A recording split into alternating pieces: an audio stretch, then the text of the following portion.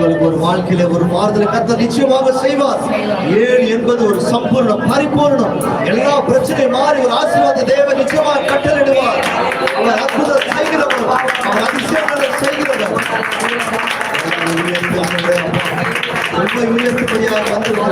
எல்லா கனமும் மகிமை உமக்கே செலுத்துகிறோம் என்று சொல்லி அவரை உயர்ந்து உள்ளத்தின் ஆழத்திலிருந்து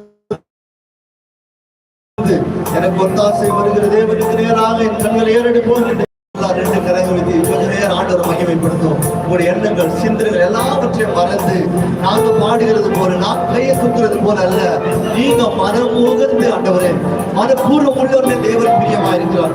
எல்லாவற்றையும் ஆண்டவரே அப்பா, இது ஆராதனை யாரும் சொல்லி கொடுத்து வருவதல்ல, இல்ல இது ஒரு ட்ரைனிங் அல்ல, இது ஒரு பயிற்சியாக நீங்க பார்த்து செய்வதல்ல, தேவன் உனக்கு செய்ததை நினைத்து அவரை உயர்த்துவாயானால் உன் வாழ்க்கையில தேவன் இன்னும் பெரிய பெரிய காரியங்களை செய்வார் என்று சொல்லுவோமாக.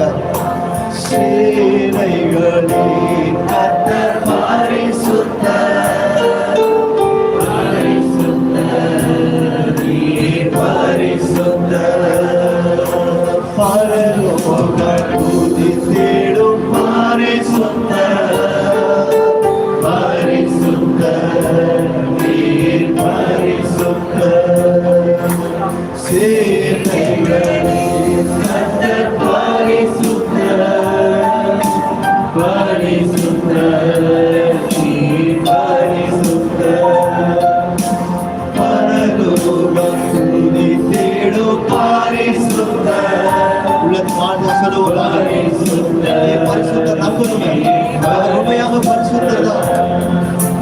பரிசுத்தர், நீர் பரிசுத்தர்,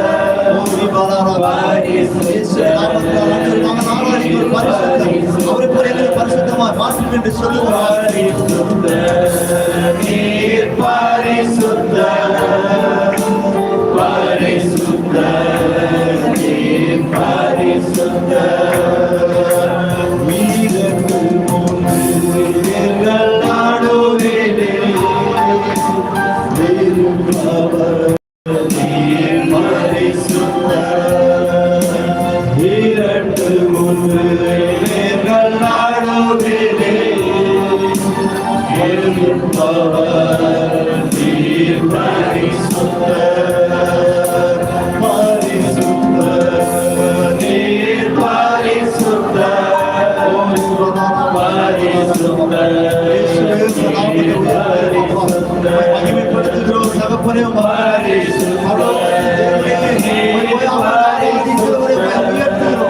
மகிமைப்படுத்துகிறோம், உயர்த்துகிறோம், தேவனுடைய நாமம் மகிமைப்படுவதாக சொல்லுவோம். பரிசுத்தர், நீர் பரிசுத்தர், பரிசுத்தர், நீர் பரிசுத்தர்,